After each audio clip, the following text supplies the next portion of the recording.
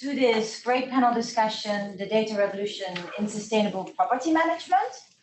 For those that do not know me, I am Tanya, the director of BELFA. We are hosting this great panel discussion together with Spacewell. I'm very happy that they took the initiative to organize this. A few house rules. You are on mute. So if you have a question, please do not hesitate to ask it through chat. The chat you will find down on or below on the screen. You can type it in and I'll make sure that your question will be asked to the panel. If you would like to put your camera on, would be great, then we see you, otherwise, no worries.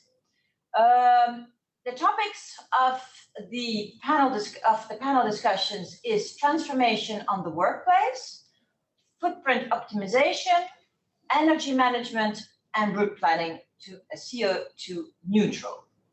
But first of all, I would like the panel to introduce themselves. Bart? Thank you, Tanya. So, good morning, Bart Wallem. I'm the responsible of operations within LAMP. And within LAMP, we manage life and asset management using PropTech, right? So I'm looking forward to share some insights and some discussions with the co-speakers. Thanks. My name is Michael. I'm perhaps a bit the odd one out in this panel, as I am the general manager of the Beacon, which is a community of innovative companies.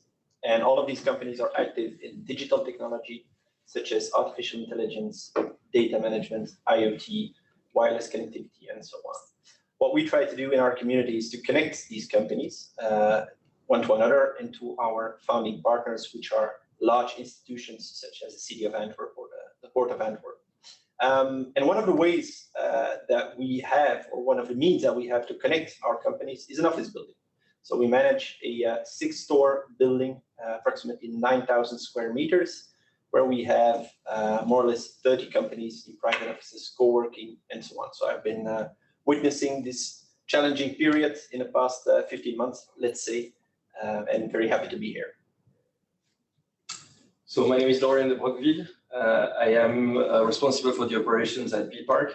So B-Park is a smart parking company. What we essentially do and have been doing for 10 years is work with companies and building owners and help them basically get to the next way of managing parking, which is the smart parking way of doing things. And yeah, this is especially now happening with all these mobility changes and these changes in the organization of the office, especially relevant now. And so I'm really looking forward to share some insights with the other panelists. Thank you. Good morning, welcome all. I'm Davy.VanDenMeerssche. I'm responsible for real estate and workplace advisory within Spacewell. Good morning, my name is Rudy Moens. I'm working for 18 years now with bpost, of which the last 5 I was responsible for real estate and service operations and security. Since I'm going to retire in September, my last project that I will deliver is the move of our headquarters in the Munt towards the new building at the multi-tower, which is a CO2 neutral building, that we will discuss that later. So happy to share what we lived through the last years in this project. Okay, thank you all. First, we would like to start with a poll, just to get a little bit your feedback on what we will discuss today. On your screen, you will see the poll right now, the question. So if I may ask you to fill out and submit.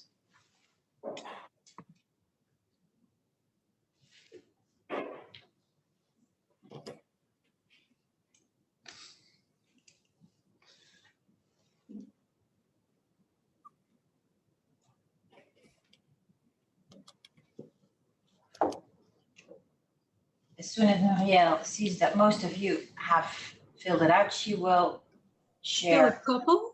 If there are 8 persons, if there has a meaning, please fill it in.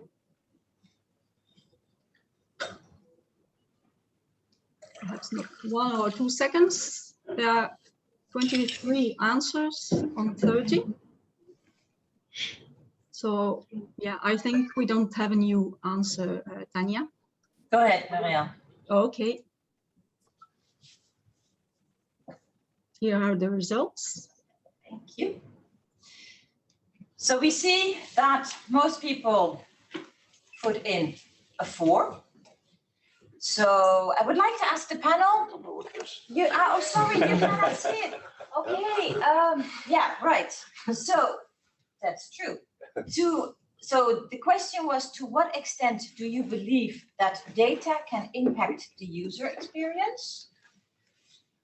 Muriel, can you put it on the screen or not? Can you share that?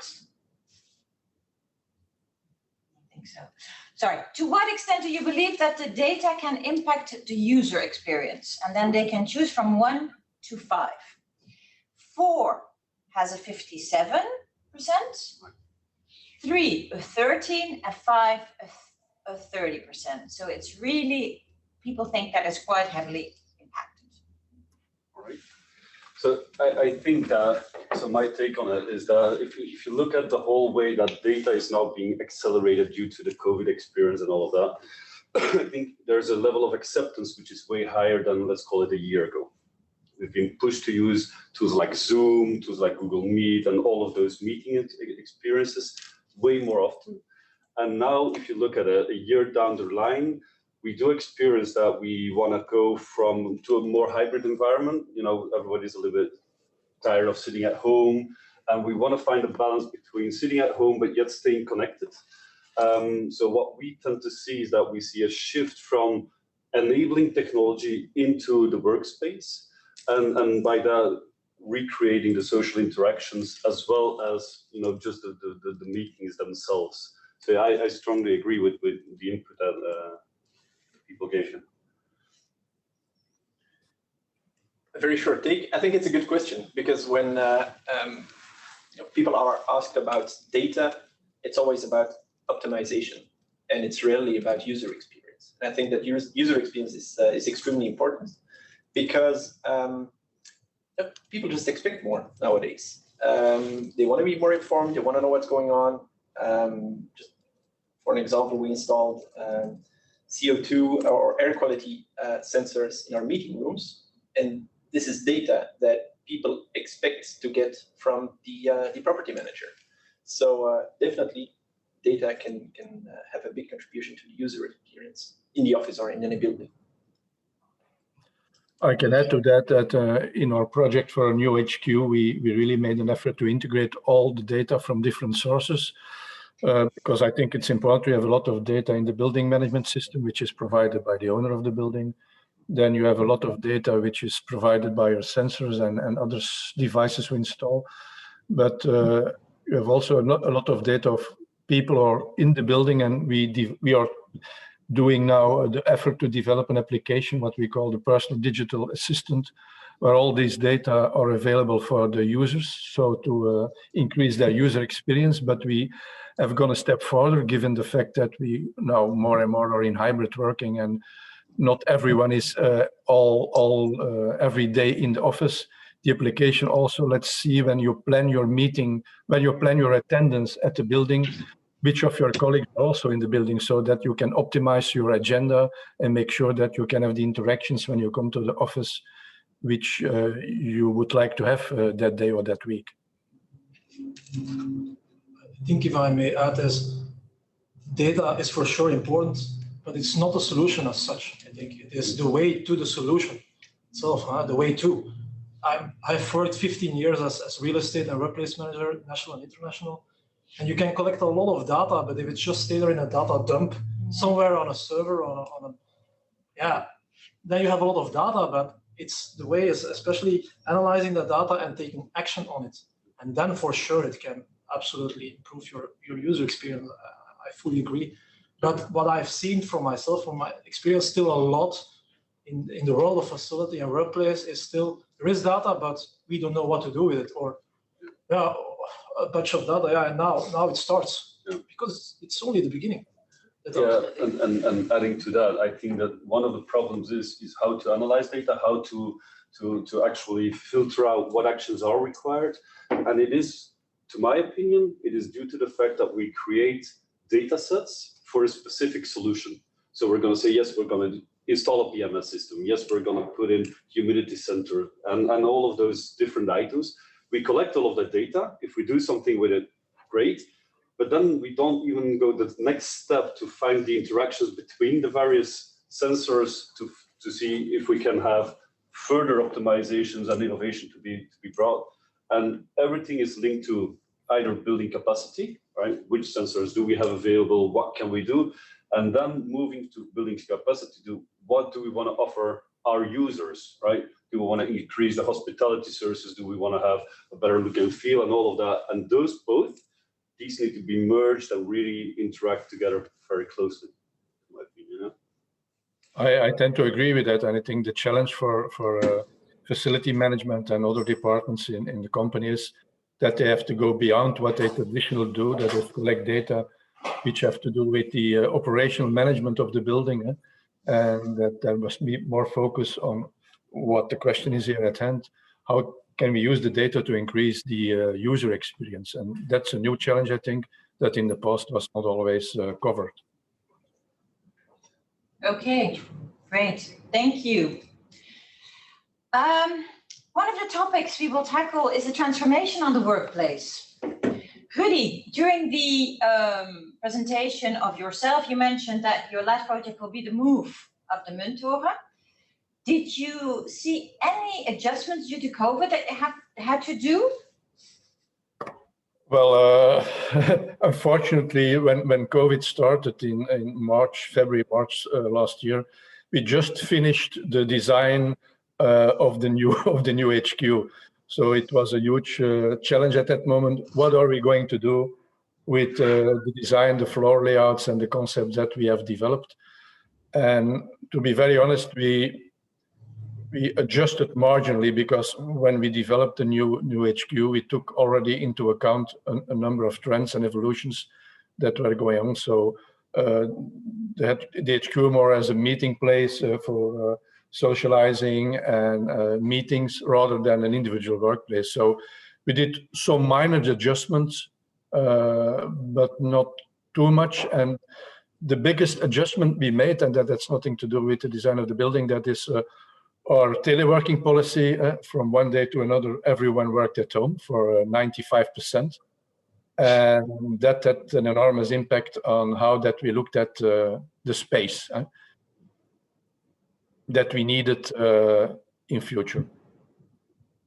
Okay. Michael, Rudy also mentioned there's a lot of talk about meetings, and the office will be the meeting place. But what does that really mean? It's a good question. And I think we still need to figure it out, because nobody knows how situation will evolve after summer break. I think most of the people are hoping for a normalized situation. But that's often thought from the perspective of the building manager or the company owner. I think we should look in ahead of our employees and people using the building, because that's a very different question. Many people have been accustomed to working at home. It's going to be difficult to get them back to the office. It's also going to be difficult to manage teams, because you'll have people that prefer working from home for, let's say, 3 or 4 days a week. Others want to come back to the office and so on. Office as a meeting place has been a cliche, let's say, in the past 6 months. What we try to do at the Beacon is to give a purpose to the companies to come to the office. And this purpose can be different kind of things. It can be a place where you can meet with your entire team because everybody's working from home, but it's also a place where you can meet other people and other companies, a place where you can experience stuff and do things that you can't do at home. We've installed like an audiovisual studio in our building to do recordings and web streams and these kind of things. So we're trying to add value to the concept of an office, aside from just a working place where you can do individual working, like Rudy said, from 9 to 5.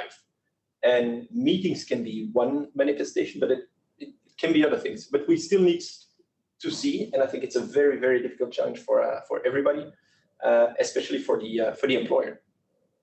Yeah.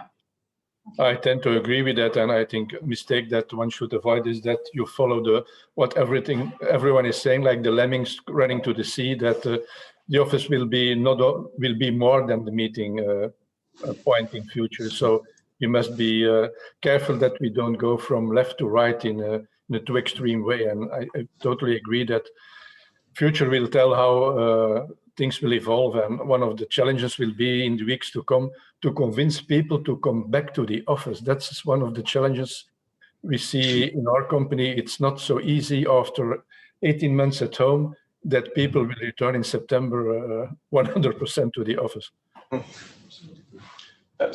Just to add one more small thing. Definitely, the office will be used as a meeting space, that's for sure. But if we make a hard distinction between you do your individual work at home and meetings are at the office, I don't think that's a good solution either, because then people will come to the office just to have meetings, and it's forced, because you come to the office with a certain mindset. Okay, I'm going to have a meeting with my team. If you see what the real benefits are of working with other people in the same building, it's the spontaneous interactions. It's meeting each other casually, having small talks, having lunch together, and these kind of things. And we should keep these things in mind as well, and not only focus on team meetings two times a week, but allow our staff and our colleagues to interact with each other, to have spontaneous meetings and so on. And I don't think that this will just arise out of COVID. Because if you look at companies like Microsoft and so on, they had a whole work at home experience and all flexibility. And then a few years ago, they just identified the fact that they're missing out on the social interaction, the co-creation, and the bounding of their teams. And then they saw the impact. So they start, increasing the look and feel and increasing leisure and all side effects, all except for working, right? To have their employees coming back to the office and making it more of really a co-working, but internally. So it's not a problem of post-COVID or whatsoever. It is just a mindset of every company that has to recreate or redesign their way of working and then adapt based on whatever needs their users need and find the best solution going forward. That's my take on it. I don't think it's only aesthetically, indeed. You need to be a cool office. It was before, but that's still important, but that's not the only thing. They want, like you said, humidity, CO2. It need to be a healthy office. You're working in your cozy place at home, and now you need to drive an hour in traffic to sit somewhere where you think like, oh, is this a healthy situation? I have dry eyes, I have this, I have headaches. It was already pre-COVID like that, like building syndrome, etc., etc. I said I was 15 years in the field myself. I would say, not weekly, but that was coming different times. And now, cool factor, yes, but also well-being, interaction. And also another view maybe on the meeting room is, do you still need to invest yourself? You are fully equipped in the beacon. That's a massive investment. If each single company is investing this, is this needed? Reserving 20, 30, 40 square meters for a boardroom, for example, is that needed, in fact? That's a question you can take. And that all refers to your company culture, your business model, how you do business, and your corporate identity, I think. And everything match with those three. And if you're just, if your people can all work from home, they don't need to have meetings. Why not? I mean, if this is your company culture and that's how you do your business, I think it's also fine. I agree. It's not a one size fits all. No, I fully agree. And I think that building on to that, I think the whole, let's call it the decentralization of the HQs and looking at can we install central hubs or work together with co-working areas to still create a space where people can meet up and have the social interaction and have the meetings in a setting where it doesn't necessarily cost you square meters of your building. That might be a solution for, I think, that the impact on property and facility managers of a building is not to be underestimated, because all of a sudden they will have to find new agreements with either the service providers or new clients, new corporations, and all of those different items. But again, it is very important to have a company strategy on security, on how to build up, how can you build the hierarchy, how can you create teams, manage teams, and create all of that. But I think that co-working, co-meeting, co-creation is definitely going to be an add-on to the HQs currently existing. Yeah, definitely. I think sharing facilities is will become extremely important. Just a stupid example. Because of all the video conferencing, and that's not going to go away. I don't know how many conferences you have a day, but it's probably a lot. And it's impossible to do it when your colleagues are next to you. So we needed to invest in phone booths and video call booths, which is ridiculously expensive. But if every company has to buy their own video booths or phone booths, it's really expensive, and it's a cost that you make that you won't recuperate. And you need to think about the well-being and the performance of your employees. But these things, if you can share them, it makes a lot of sense. And just to add on what you said, Bert, I think you're right. What Google does is important and has nothing to do with Corona. And I think that we're also anticipating the needs of future generations. Because if you look at people that graduate right now, good luck forcing them in coming to the office from 9 to 5 in a very rigid way. That's not how the younger generations are thinking about work. So it's a good thing that this flexibility has been forced upon us as building managers or facility managers, because it's going to be the request from younger generations in the coming years, that's for sure. Yeah, absolutely. And what about the flexibility in leases for offices and retail? Do you think that the classic contract of 369 is still in line? Or the other lease? For me, it's already that. Nothing to do with COVID here. The 369, it's like the classical, the holy grail in real estate, especially in Belgium, but also with around countries around it. If you think logically about it, 3 years, your first 3 years, usually you have between 6 and 12 months notice period. That means if you take 12, that after 2 years already, you need to inform your landlord, I want to leave again. The first year, you're just still adapting your space. So that means 1 year you're sitting there and you need to decide again, we will leave. First of all, you will lose incentive, money, for sure. Secondly, if you do this, in fact, most of the times you haven't done your exercise right. It can be always a business issue. I mean, that's exceptional, but in a normal situation, in fact, you haven't done your exercise right. So why not moving away from a 369 to a 579, for example, where you keep that flexibility between the 5 and the 9, because then it's getting the critical zone. After 5 years, it's getting more. But at least you have 5-year fix for a landlord, which makes it also interesting for a landlord to have not just 3 years because of their valuations, etc. I mean, if they can commit for 5 years, it will give you also financial benefit if you do your exercise right. And again, more flexibility after the 5th year, between the 5th and the 9th year. I tend to agree with that. And what we did for our new HQ, we made a mix of a long-term contract and a short-term contract. So a number of square meters we leased on 15 years, and a certain percentage we leased on the basis of a 6/9. No, I fully agree with that already. I think that's, especially for the size of your company, that's the future indeed, that you put fix and flex, but at least you can play with around, and not having 5 years, the full 2,000 square meters, know that you have maybe 1,500 or 1,000, another 1,000 flex, and that you at least can have a bit of play that you can play with around, but not everything fixed. I think that's definitely the future. And again, 369, even now in retail, you hear already, they're facing during COVID, they're all in the same problem. They are fixed there, they need to pay the rent need to go down, but they don't want to do so, the landlords. So 369, yes, fine. But I agree. And I think that a way giving some breathing space to the people having too much space, let's call it, is to reinvent basically the usage of those spaces, right? Can we reactivate? Can we identify new ways of bringing in revenue which offsets the rent, as an example? Like, can we put in an optimist store, convenience store? Can we set in some meeting rooms?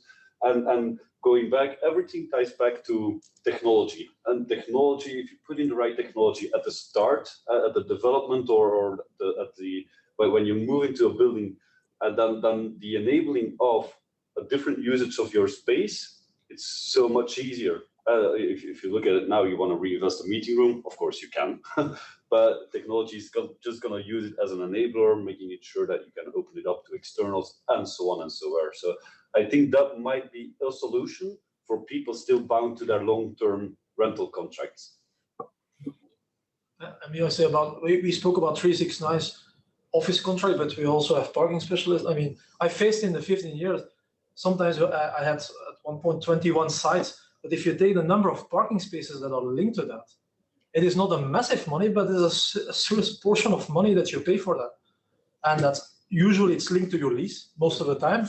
Then always you have the problem, or you have too much, or you have not enough. You can't break it up because you need to wait for 3 or 5 years. It's also there.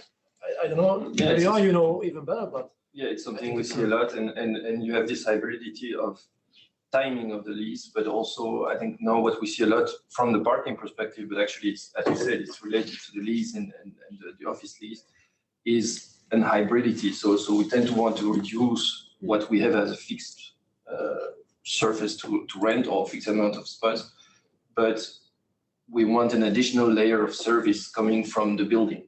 The possibility to consume whatever shared services that are in the building, or potentially the possibility to consume buildings of the same landlord but elsewhere, closer to the train station or something like that. And I think what we see there is happening from the office perspective. We are not experts, but we can see it happening. And the very same thing is happening in parkings, where now tenants have much bigger needs in parking.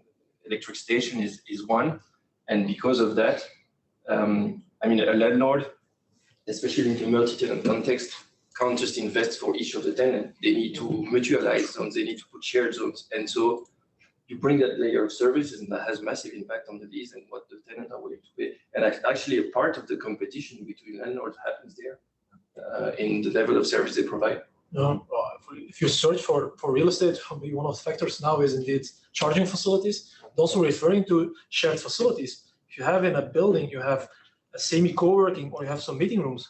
If you have your Tuesday and Thursday, the overflow of people, because that's now the case, that Tuesday and Thursday it will be full. Yeah. If you have an overflow, they can use those shared spaces in the same building. And that's for landlords now, I mean, that's definitely, that will be a big challenge also to manage that one. There's also a question of somebody from the audience. So please, if you have questions, go ahead, put them in the chat, because you were just saying also about the flexibility, when do they come in? We have a question from Sandra. How to solve the issue between offering flexibility to employees coming to the office and managing the capacity of the buildings? And how can we steer towards an optimal use of the building during the week? Well, maybe I can also on that, what we are doing within bpost. We are, as I said, we are developing that personal digital assistant, and everyone has to plan for 2 weeks rolling forward his attendance to the office. So when you plan your attendance, we can show the capacity of the building, so you can know in advance 2 weeks, can I come to the building, yes or no? So that's the way we manage it. And then the day itself, we have in real time the occupancy rate of the building. So that is how we are going to manage that in future. Everyone has to plan his attendance, and we'll see if there's space available, yes or no. I would like to say the same: desk reservation in combination with parking reservation. At least you can manage it, you can follow it up. If need, you can block out some zones if you need to have things, and steer them within that way. I fully believe if you keep on doing that way, in the end, people will adapt themselves. We saw it now with COVID. In the end, everyone needs to change from working in the office to thing. In the beginning, it's a bit new, but if you consequently making the reservation, and if they don't have a parking space, be sure they will not come. They will see if they don't have a parking space, most of the people say, I will take another day. And it's a bit like, but like I said before, without technology, it's almost impossible to manage because you don't know whom will come, and you can face at one point where you have an overflow, and that at least now you know upfront whom is coming, how many people are coming, and you can take action based on that, or you can prepare yourself based also your service. I think really also your other service linked to that. You have your catering, you probably have a restaurant there, etc. It can all be. It all gives a feed to to these other services too. And as you mentioned, technology there is not a challenge. The challenge is to change the behavior of people. So you have to invest a lot in communication and change management to make sure that people will adhere and adapt their ways of working to this new environment, where they have to plan their attendance at the office.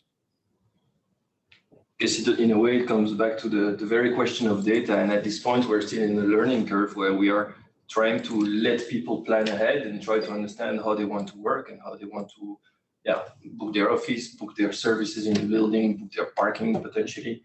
But then eventually the idea with data is to understand those patterns and at some point being able, coming back to user experience, to propose stuff and to anticipate what's going to happen and be less tedious maybe on people asking them to book every day, etc., and be able to automate at least part of the story.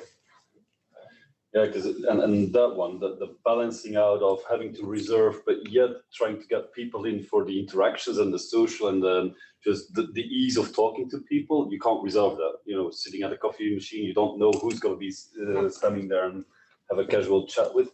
So there has to be a balance to be found within. Yes, I reserve, we plan everything, we align everything, we make sure that everything is mapped and reserved well, or the social interactions, the ad hoc part of it. Well, to support the social interaction, what we are offering to our employees is when they plan their attendance, and if they have allowed to give it an opt-in, they can see which other colleagues are in the building. So, and the system, at a certain moment, the system will say, okay, if you want to have a meeting with person X, Y, or Z, he will be in the office on Tuesday. So best come on Tuesday if you want to see him. Yeah. And there's data, evidently, very important to steer all of that. Perhaps an ignorant question, but how big is the capacity problem going to be actually? Because, I mean, we're talking about optimal use of the office, but you know, when can there be a capacity issue if you have increased your workforce with the same surface, if you have downscaled your surface, or if you have additional restrictions like 6 feet office and 6 feet office and these kind of things. But how many companies have really downscaled their office? No, not many. So is it really a sustainable thing that's going to manifest itself in the future, that we want to reserve working places? I understand that it's going to be the fact for we've had companies looking for an office space, and they're looking for an office space for approximately 50 to 60% of their workforce. So that's more or less a standard that we take into account. Yeah. For all the existing office space, I mean, I don't really see a big problem in terms of capacity. Probably the Tuesday and Thursdays, like also Anne mentioned here in the chat, Tuesday, Thursday will stay probably the days where the peak will be. True. Yeah, but similarly as before, where everybody worked in the office, it's still the same square meters. So yeah, that's a very good point, actually. No, it's true.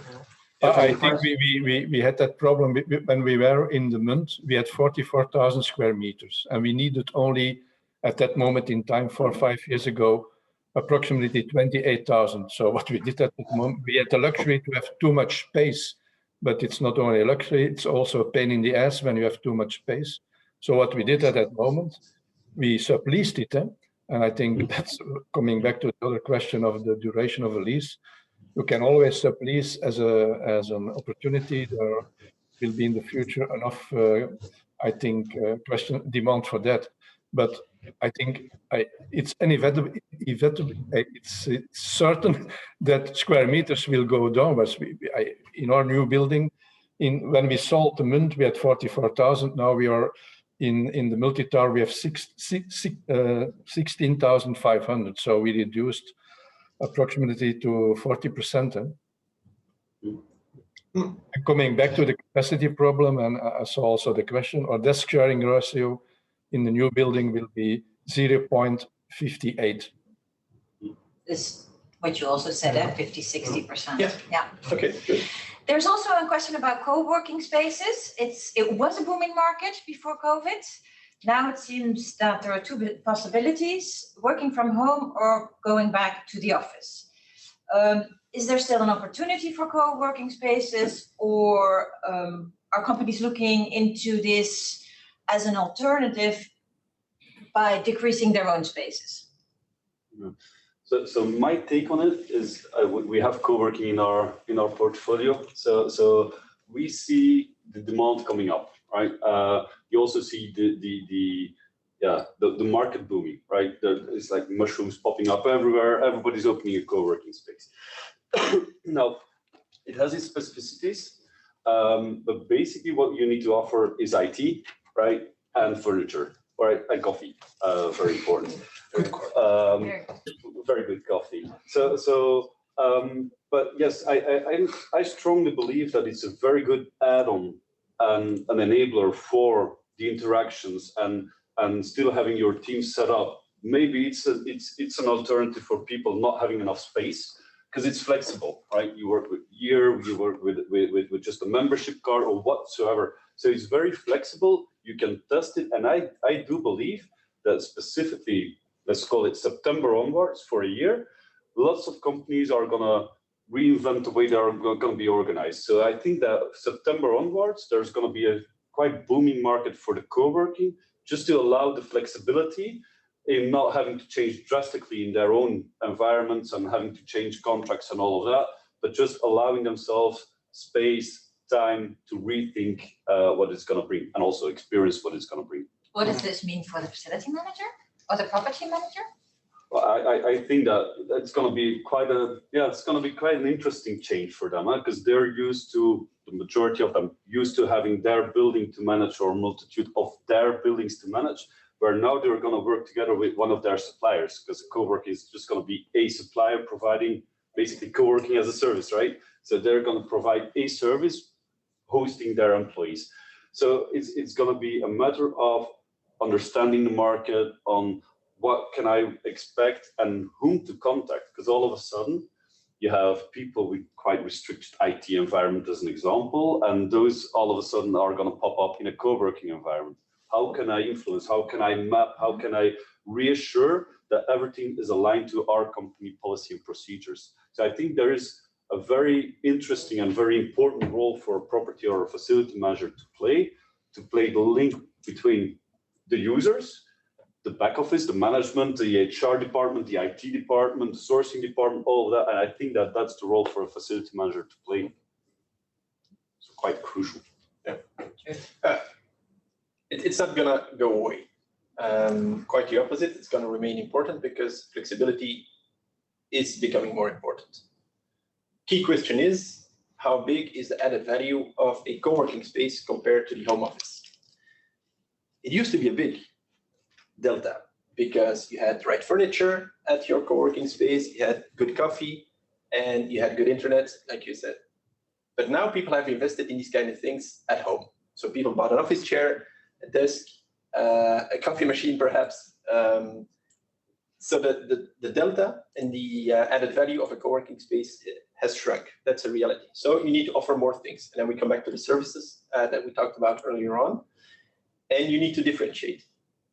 I indeed see an increased demand with us too.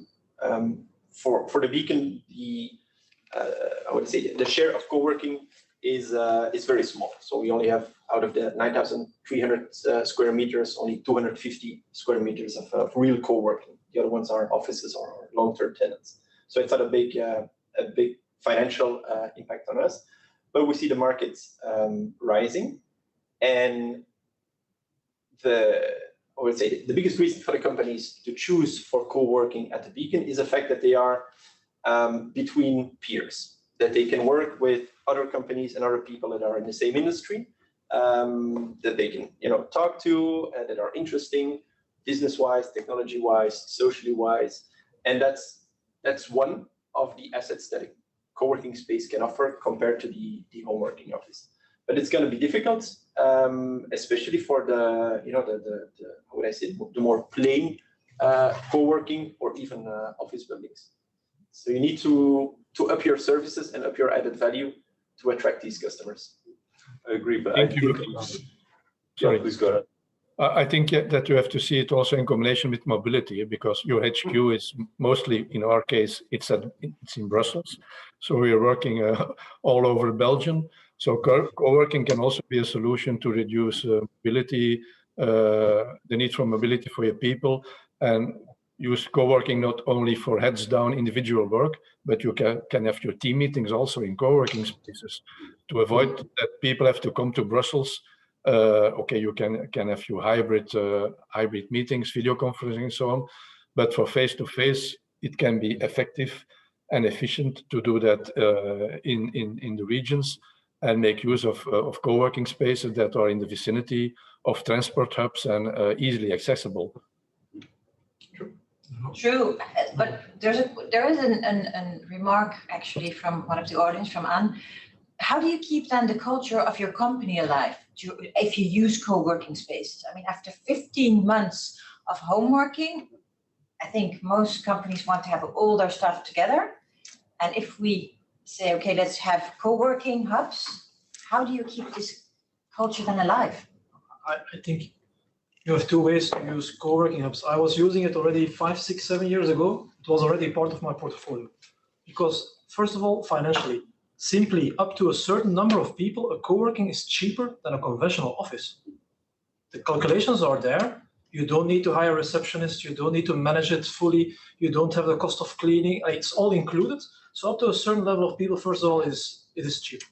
Secondly, it is indeed the point, but I think it's more like really said, mobility. It's more like, or you have two ways. I worked before for a big HR company. They have all over Belgium, they have offices, local offices. Why the local team can't work in a co-working / a conventional office? That's the question. Do I open a normal office or a co-working? The others, they still have the possibility to go to the main office, to the headquarters. But I faced the problem that young people, they need to do calls in the bathroom on their beds because they were living together with other friends, with their parents, and they were simply not possible to do their business. And secondly, their whole social life is at work. So they were just completely socially disabled, let's say, if you can offer that co-working. And thirdly, commercial, I think commercial companies, the deals they close or the contacts, the prospects they get in, like you say, peers, other companies are there, it's just an influential. So I think it's a challenge, yes, to manage these people, but you don't need to put them there for all. I mean, it's just to have an alternative from home, because not everybody is possible at home. And I totally agree with that, because a point that we often forget is that some people, like we mentioned, don't have the ideal situation to work at home. And we lived that also in our company. Some people still came to the office because it was impossible for them to work at home for different reasons. True, I agree.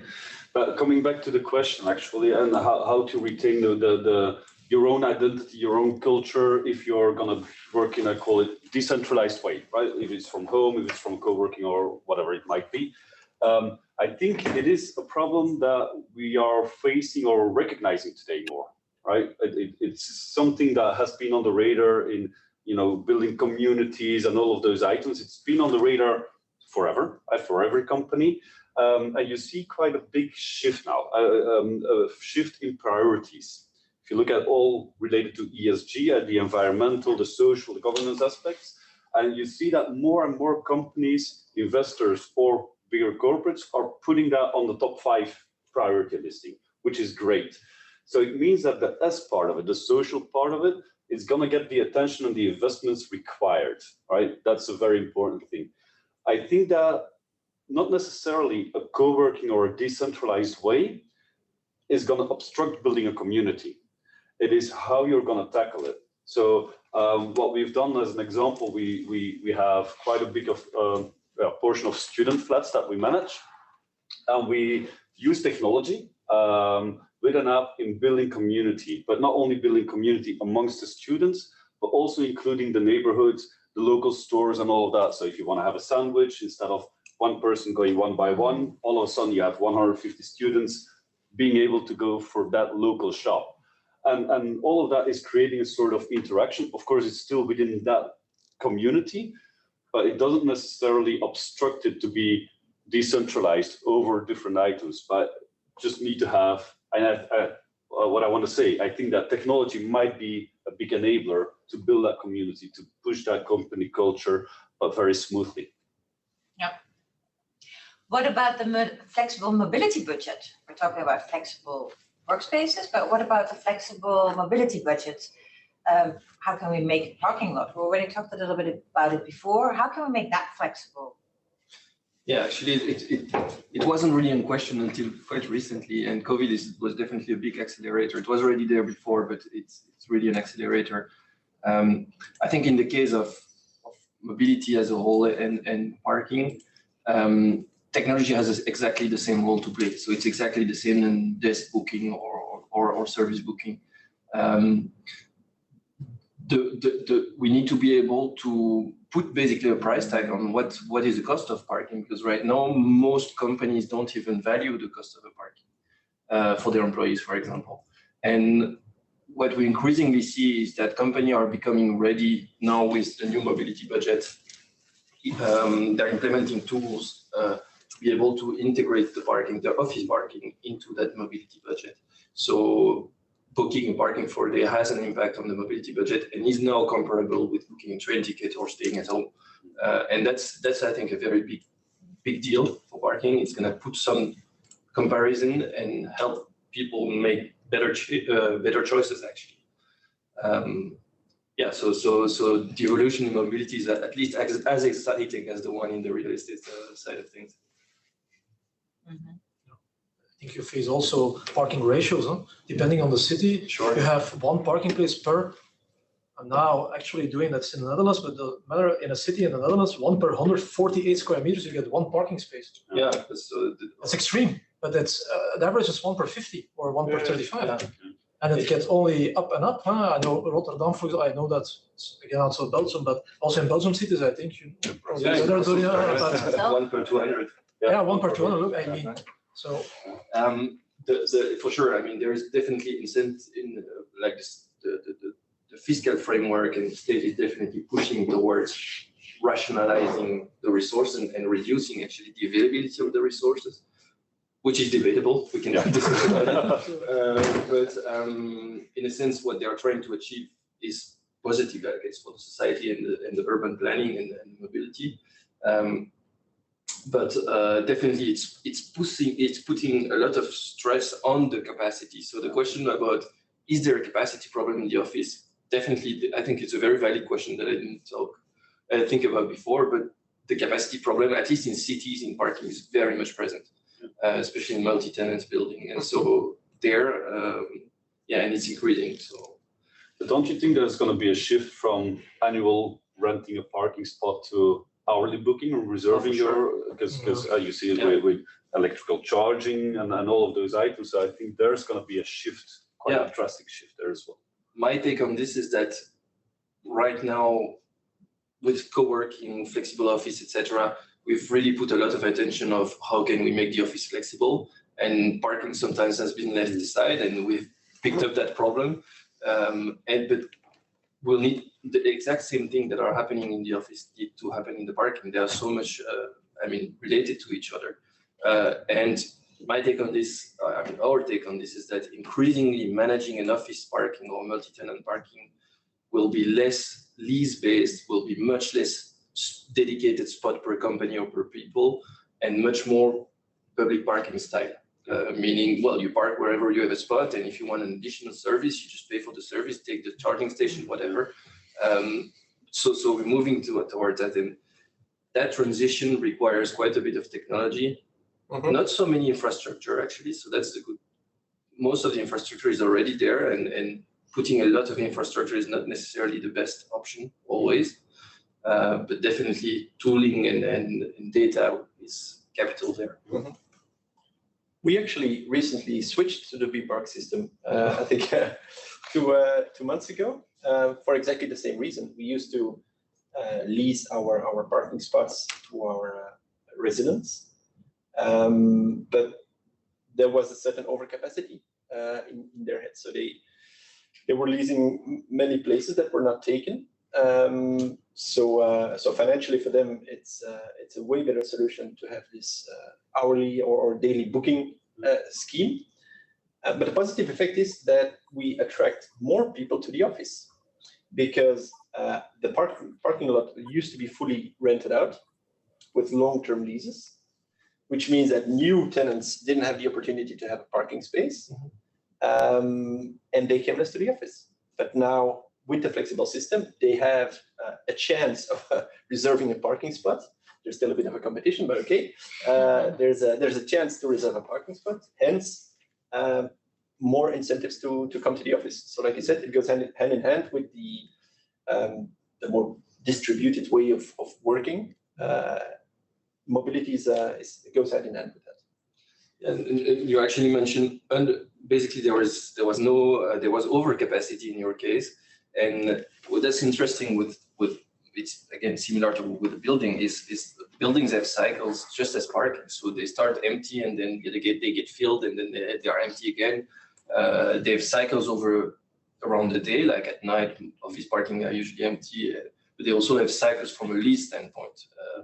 And what's interesting is that, okay, if you think about parking on the total lifespan of the building, you need the ability to manage overcapacity and undercapacity. Because when you have overcapacity, too much offer, most likely the building across the street has not enough.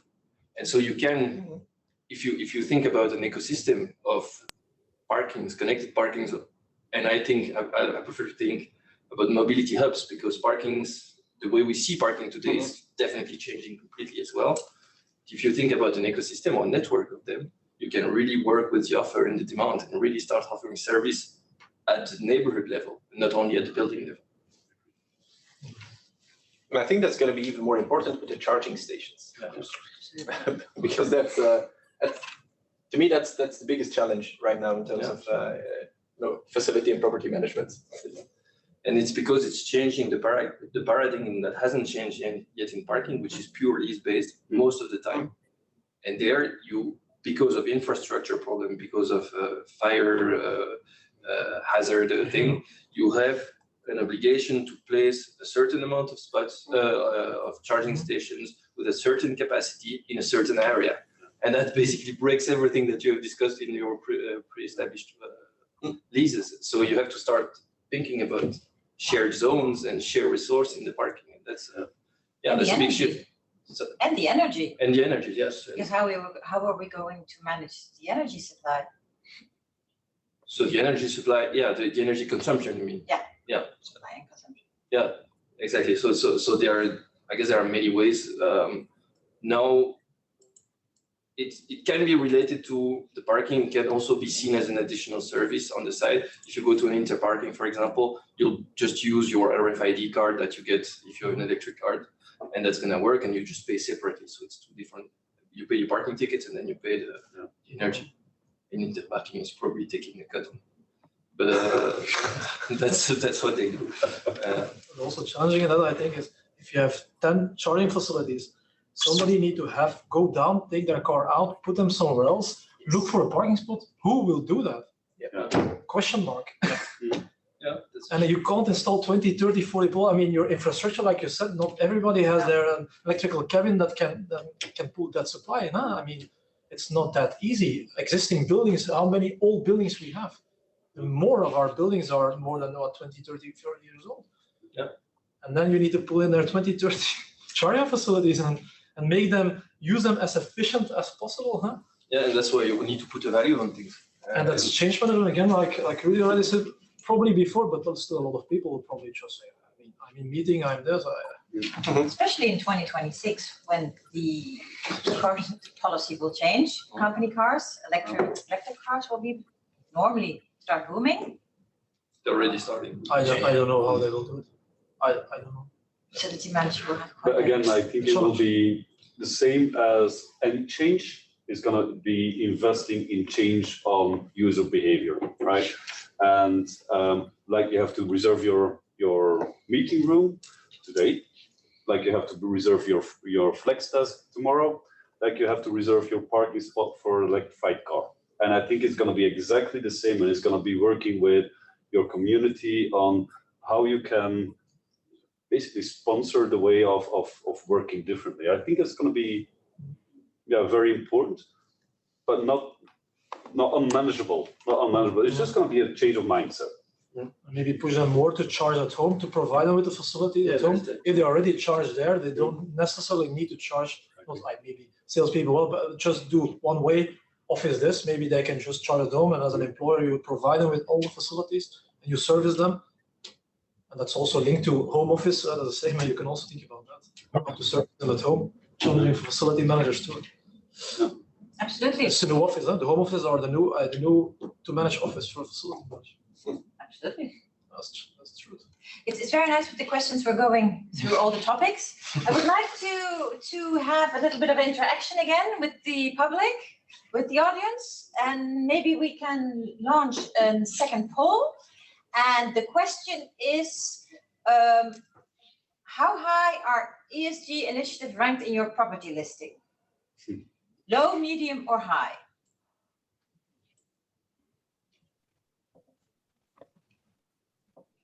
Bart, you already spoke a little bit about ESG. I'll be quiet then.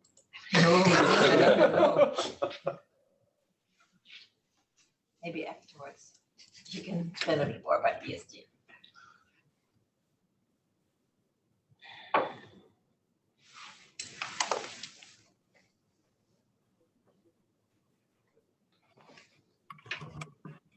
Do you think we can show the results? Well, 13 answers, 14, they are answering still. 14, yeah, okay, I will show you the results then. Low, 14%, medium, 50%, high, 36%. All right. Okay. Is this a surprise? Yeah, I thought maybe people are just answering what they should be answering, because I was expecting way more on the low side, but I'm thrilled and I'm very happy that it's more towards the mid and the high. Yeah, I think that, again, environmental, with all the climate changes, with all of those items, which is a very hot topic these days, social, post-COVID, whatsoever, reinventing the way that we work together, extremely important. The G part is less relevant for most of us. It's the governance parts, procedures, the flows. It's how you validate working with and all that. It's more for investors, right? But I'm already very happy that what is it then? 80+% overall is medium to high, because it means that it's alive. I think that jointly we have to identify ways on what's the environmental impact, and there has been quite a big chunk of circular stuff being already alive, and there's all these hypes around it, recycling and waste management and all of these various items. But I think what we can do, or what we should do, is share way more of those best practices, because way too many people are trying to reinvent what's important for me, how can I do this and how can I do that, and yet ESG is always specific to you. How am I gonna include other people? How am I gonna build a community and all of those items? So it's always important that you build it for your own organization, but having some insights and some information from someone else, it's always easier to build up. And I think we can push on that. I think we can push on sharing those informations to each other. Are we willing to share best practices? Sure.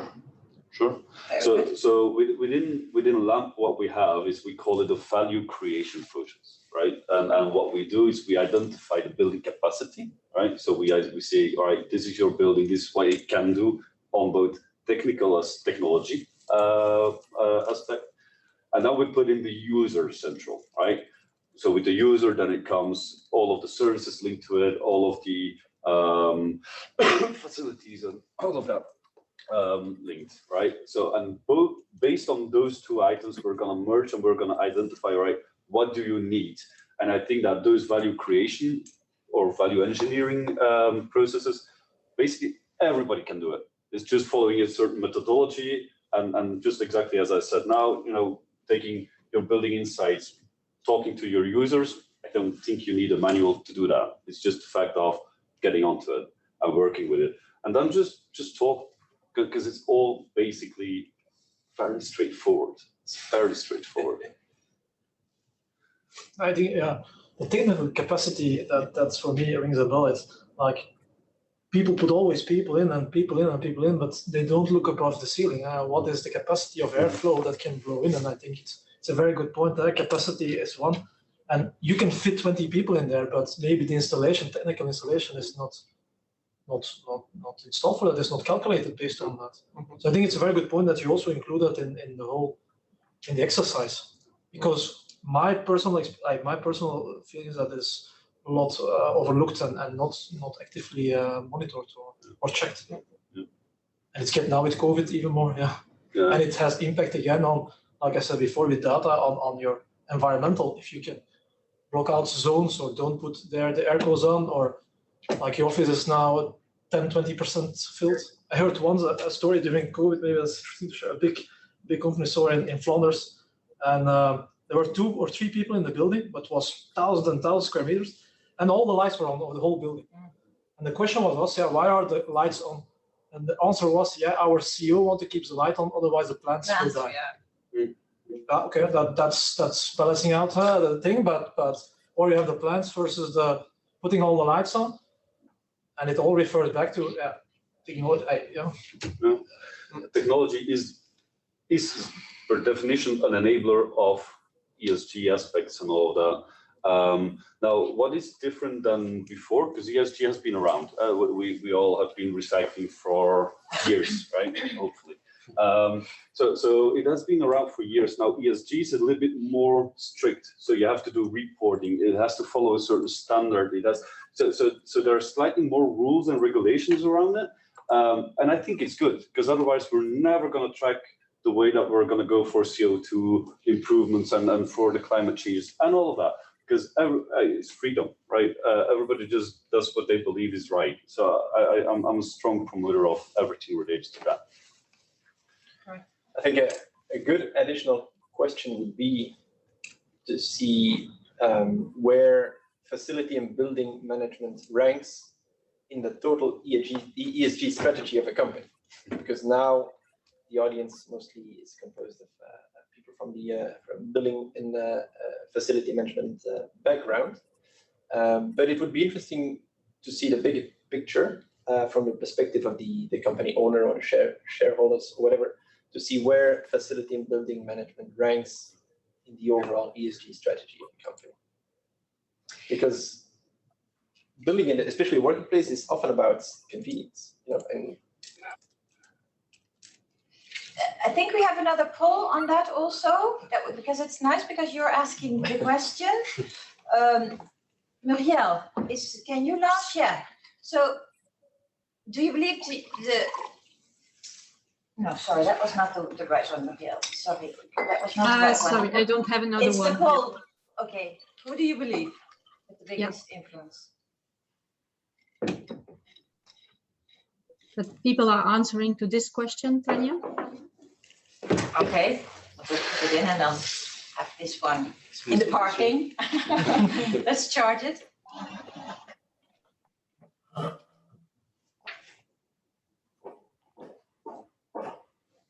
Maybe you can show it. Yeah, I can show it, the results. So the question is, I don't see the results yet. Yeah. Do you believe you use your building capacity at the full extent? That was the question, but sorry, that was not the poll. Sorry. So the answer is 80% no and 20% yes. So 80% don't think that they use their building capacity at the full extent. Is that a surprise? No, for me at least. And it refers to what we said before. Is there a problem potentially of space if you see now 80% don't use the full capacity yet?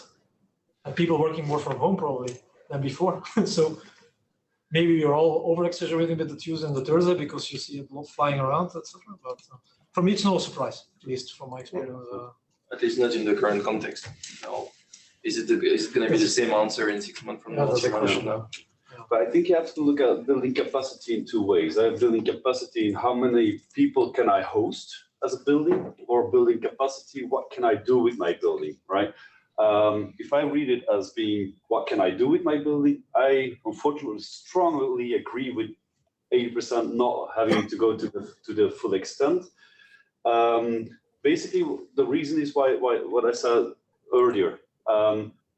When we construct a building, when we develop a building, we have a certain mindset, and flexibility and technology is not on the main criteria list of a development of a building, because it doesn't value, it doesn't increase the price per square meter, right? That's as simple as. That is changing now, right? The flexibility, technology, the techniques are now being looked at more holistically on future-proof, so that's a good thing. Now, at the moment, we're sitting in an environment where we still have a lot of old buildings which aren't equipped with the right technology, which aren't equipped as being as flexible as possible to have, you know, for example, the flexible internal walls or whatsoever it might be. So I agree. What can we do about it? I think it's just reassessing what our building capacity actually is, right? Because yes, you have Wi-Fi. More than likely you have Wi-Fi. All right, if you use Wi-Fi correctly, you can already start monitoring your occupancy rate without installing all the CAPEX requirements. So if you can do that, you know what, maybe you can already start activity-based cleaning without a CAPEX investment. So I think that using or moving a little bit closer to exploiting the full capacity of our buildings is just taking a step back and looking what we have instead of trying to reinvest again in new CAPEX. Just look at what we have and improve that. So I think that's more my take on building capacity on how we should reevaluate that. Yeah. But also to build on that, I think you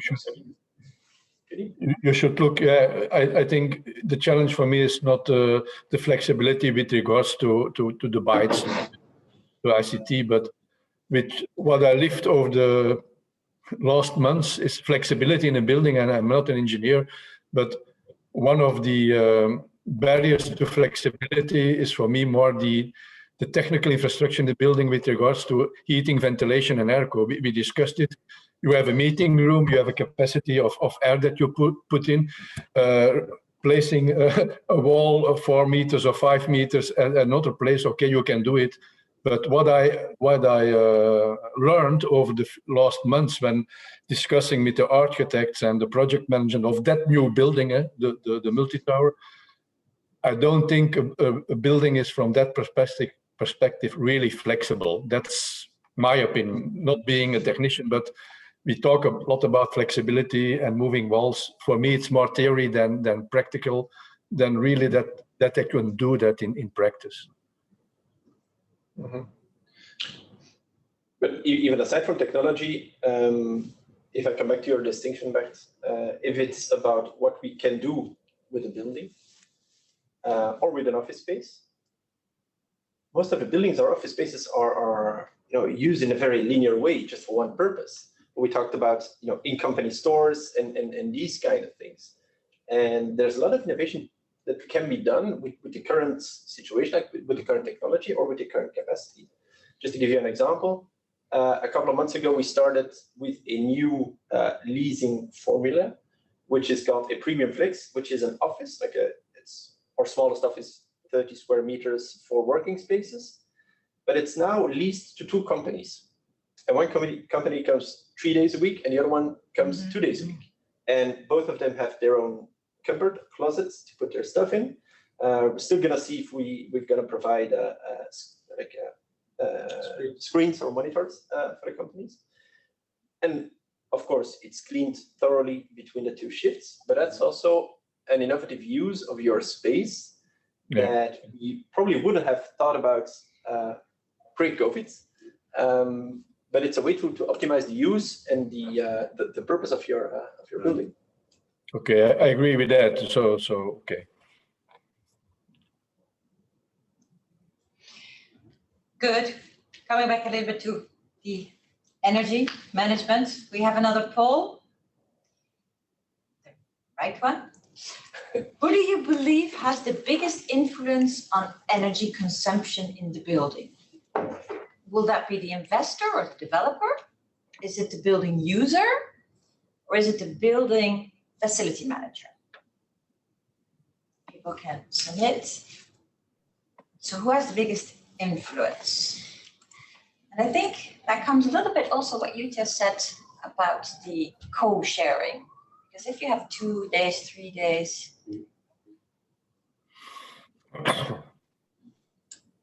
or a little bit to the results, I think that's a lot of things to think about also. Lights on, lights off, 3 days, 2 days, is it again the Tuesday, Wednesday, Tuesday, Thursday? No, because otherwise everybody would choose Tuesday, Wednesday, Thursday. And I would really struggle finding people to come on Mondays and Fridays. So you either need to choose between Monday, Tuesday, Wednesday, or Wednesday, Thursday, Friday. Yeah. Well, that's good. That's a good thing. So we have the results. We have the investor developer. The audience thinks that's the biggest part, but it's 39, 28, 33. So it's really, everybody is like a third. That's quite nice. So building user 28 and building or the facility manager 33. Is this surprise? It's really interesting. It is really interesting. I somewhat agree because if you do not have the right infrastructure being built, it's very hard to use it correctly. So it all starts with the developer, and it starts with the vision, the mission of the investor. So fully agree with the 38%. Congratulations on that. For the facility and property manager and the building users, I think it's equal. It's ensuring that the user uses the building to its capacity, right? So if you have an HVAC system, you put it 100%, and then you open your windows, it's a no-brainer. It's not going to be as designed. So I think it's an equal spread where your facility and property manager, again, works as an enabler or a facilitator to ensure that the building is being used as being designed. And that's really important. So I do kind of agree that everybody is impacted and everybody is playing a major role in it. But all in all, it comes to the user, right? All in all, it comes to the user. If they use the building properly or not, that's going to be the biggest impact, in my opinion.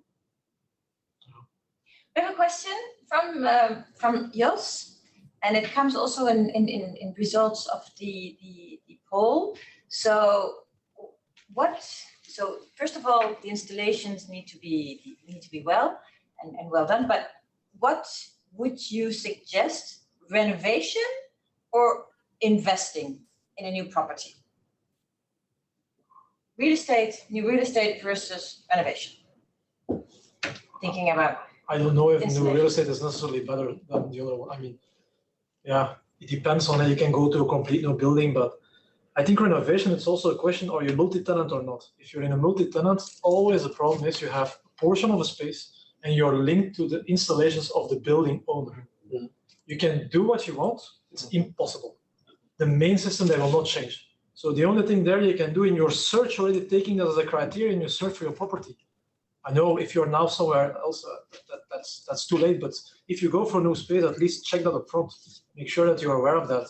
Ask a technical specialist if needed to do a check before you sign a 5-7 year lease. And secondly, renovation. I mean, again, if you have your whole building, I mean, why not? I think if the outside is good and you can start from scratch and you have the whole building for yourself, everything is there. I think the installations are there, the possibilities are there.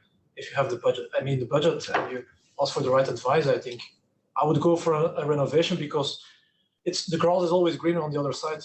But it's the same in buildings, I'm afraid. It's not always. You have some exceptional buildings, but if you see the major portion of buildings here in Belgium, yeah, you can count them not on two hands, but there are not a lot at this moment that are really now on top of for 2050 and ready for 2050 for the Paris, for the Green Deal.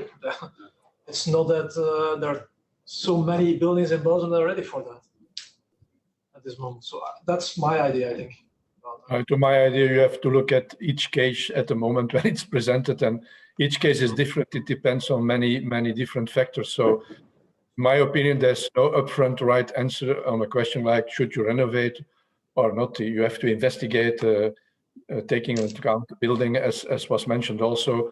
Are you in a multi-owner or multi-tenant building, yes or no? When I look at what we did, we owned the Munt in Brussels together with the city and AG Real Estate. As was mentioned, when the other owners or tenants are not interested in renovating, then you're stuck. So you have to investigate each case by its own merits and its advantages and disadvantages, to my opinion.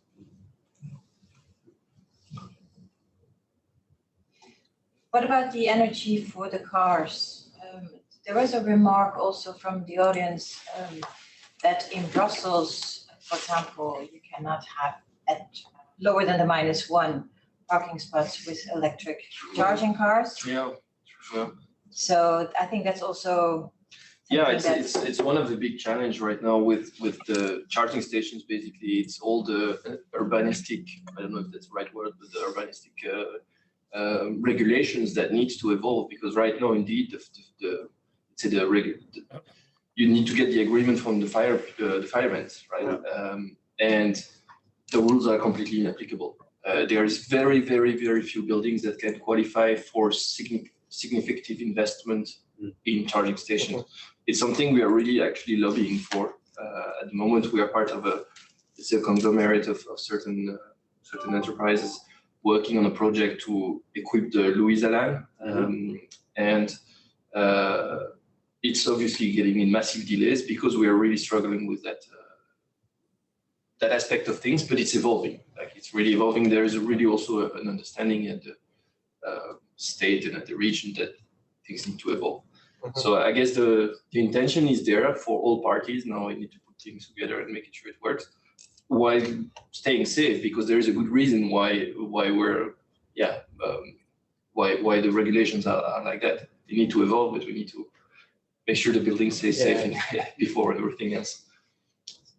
And a remark, what about the insurance companies? What about them? Because I think, Andy, you mean because people with the -1 and the +1 and not going further.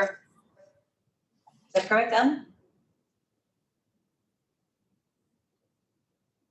How do you get it insured? I think. What about insurance? How do you get it insured? In fact, and what will be the premium that you need to pay for these kind of things? And what if you put your car in -2, even if you don't charge it? What will happen? So.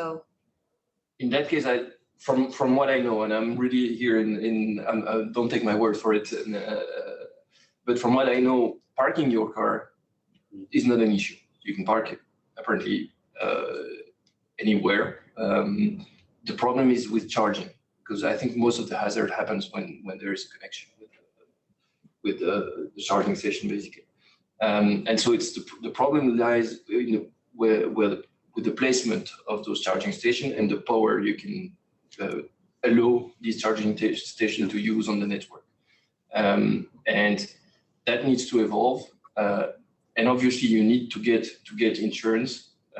Obviously you shouldn't be placing those things without asking everybody to do it. It's especially fast charging things. It's important that we get a much clearer legal framework around this, so actually insurance company can do their job and insure it. But also, to what extent is this the responsibility of the employer or the building manager? Yeah. Because we talked about charging from home. You can charge in public places. You have superchargers and so on. So it needs to be a good policy mix where everybody has their responsibilities, including cities and municipalities. Yeah. Because I don't think that it should be the purpose of an office to be a parking lot to be a charging station. For sure. For sure. I think you have different ways to look at it, I guess. From a service perspective, I think a landlord has an incentive to show a certain level of service in his building to attract tenants and keep tenants happy. So there is a reason there to provide the service. Probably the same happens for companies and to attract employees and say, okay, you can also charge here if you don't have that convenience at home. Should companies or building owners provide a promise that you can charge no matter what, like a charging station? It's a very difficult question to ask, and I don't think they should. They should say the service is available if it's available, and we size it the best way we can, knowing the legal framework, knowing the size of the parking, etc. But you shouldn't make a promise that every time you come, if you have an electric car, you can park and charge your car, even if you have 95% battery and actually don't need it. So you need to really manage, okay, should every employee charge every day? No, there's no need for that at all. The autonomy today is more than enough to charge once, twice a week for most people. So it's really a matter of an equation between the charging capacity, how fast does it go, depending on what your investments is and what the network behind your building is actually, and your car. So it's an equation between that, between the number of a charging station that you can put, and between the mix that do you have that at home or not, etc. So basically, what the answer is, it calls for better data, better tools to manage that. And right now, I think because it's new and because those tools, there are very few tools that are actually at a maturity level sufficient to be able to say I solve it all. I don't think there is actually. Many are getting there, but because of that absence, I think the stress is yes. So let's do like we always did. You have a car. The easiest way of doing is you have an electric car, you get a charging station. That's an impossible thing to solve, basically. And how do you manage it if people do not have a charger at home? So you don't have the charger at the office, because the question was also about some insurance companies don't allow having a charging station in underground parking. Yeah. So how to manage this? You don't have it at home, you don't have it at work. Yeah, I think also so that is changing. The offering is evolving fast. I mean, never fast enough, but it's evolving as fast as the boom in the electric car is going, or maybe it's catching up, let's say. So the network is changing in any case. I think still most people who are buying an electric car today think about that before buying the car, usually. I guess. I did that at least. So there is that, and it's an important part of it. But obviously, as a building manager, or as a company, you will have to take probably some management responsibility in your parking policy to define, okay, what is actually the landscape of my electric car users here? Do they have something at home? Does my company foresee something in their home or not? And if yes, do people come from far or from close? And maybe, so that actually comes back to the global parking policy, which is, so how to manage electric spots, how to manage visitor area, how to manage flexible office and shifts with employees coming 2 days a week. So what do we do with the rest of the spots? This is all basically becoming a big thing that we call, at least internally, the parking policy. And it's even, if you boil it down, it's like meeting room management. It's the same. You have one boardroom in a multi-tenant building. Yeah. You can't guarantee that everybody has access to that boardroom at any time. For sure. You can make a reservation, for sure, but if somebody else is in it, it's reserved. But what Bart said in the beginning, it's a lot about educating the people and changing the behavior of the people. There is also a stress around electricity today because the network is not so developed yet. People get stressed. I know if I have a gas car, I don't even think about it. I know I'll find a station. And I think that's going to change as well. So the problem of managing, first you will have more solutions to managing it, but I think you will also have less anxiety around, can I charge my car somewhere? And I think that's going to be, I think the question on capacity, can I charge my car elsewhere? If not, I think the whole network is already expanding extremely quickly. You have those superchargers and all of those. And it's just going to be a matter of, like you have a fuel card today, right? You'll have a charging card tomorrow, right? So it's just going to be different, but yet the same. So there will be just a new package on how you tackle the car fleet policy within an organization. And then it's going to be a mixture in home stations, what has been provided by the building owner, because every building owner is obliged to foresee somewhat of charging possibilities. So there's going to be a mixture of, so I don't think that that's going to be holding us back for 2026 in making a shift. But it is something to be put on the agenda today to start discussing 4 or 5 years from now to be sure that we're ready. Yeah. Absolutely. We are almost at the end. It's almost 11:30. I have asked the audience if they have a question for one of you on one of the topics. I don't see them coming in or through. I'll give maybe people 1 more minute. I think the discussions were very interesting. We talked really about the different topics through every single question and remark and discussion, which I think is important because as facility management is also very wide and broadened. Questions? No. And I think we are going the right way.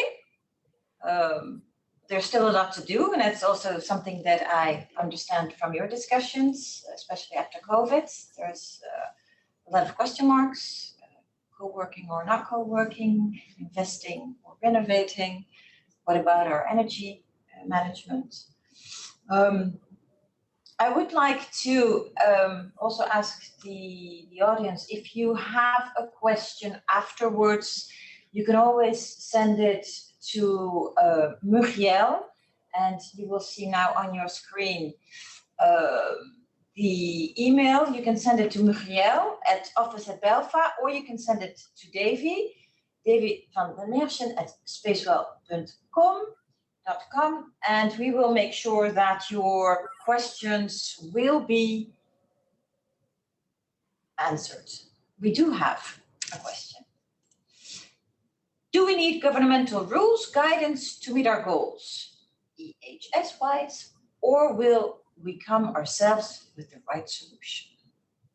There's one comment about energetic renovation, if it's linked to that. There is one coming the 1st of January 2022 now. If each non-residential building that is sold, to take 4 actions on the energetic side within 5 years. Yeah. So this, one that is purchasing will need to take 4 actions. It's about roof installation, the heating, the cooling, the glassing. So it is the first step. And even by 1st of January 2023, the big buildings need to have minimum 5% in renewable energy. So you're forced to put renewable energy in. So the first steps are taken, and it's only the beginning, from my point of view. Right. It's only the beginning. So, and with that, I would like to thank you all for having taken the time to be here live with the COVID distance, as you all can see. I would also like to thank the audience to have taken the time. Rudy, on a distance also, thank you very much. Good luck with your project. And we hope all to see each other again after the summer in a live conference or whatsoever. Have a great day, everybody. Have a great day. Thank you so much. Thank you. Bye.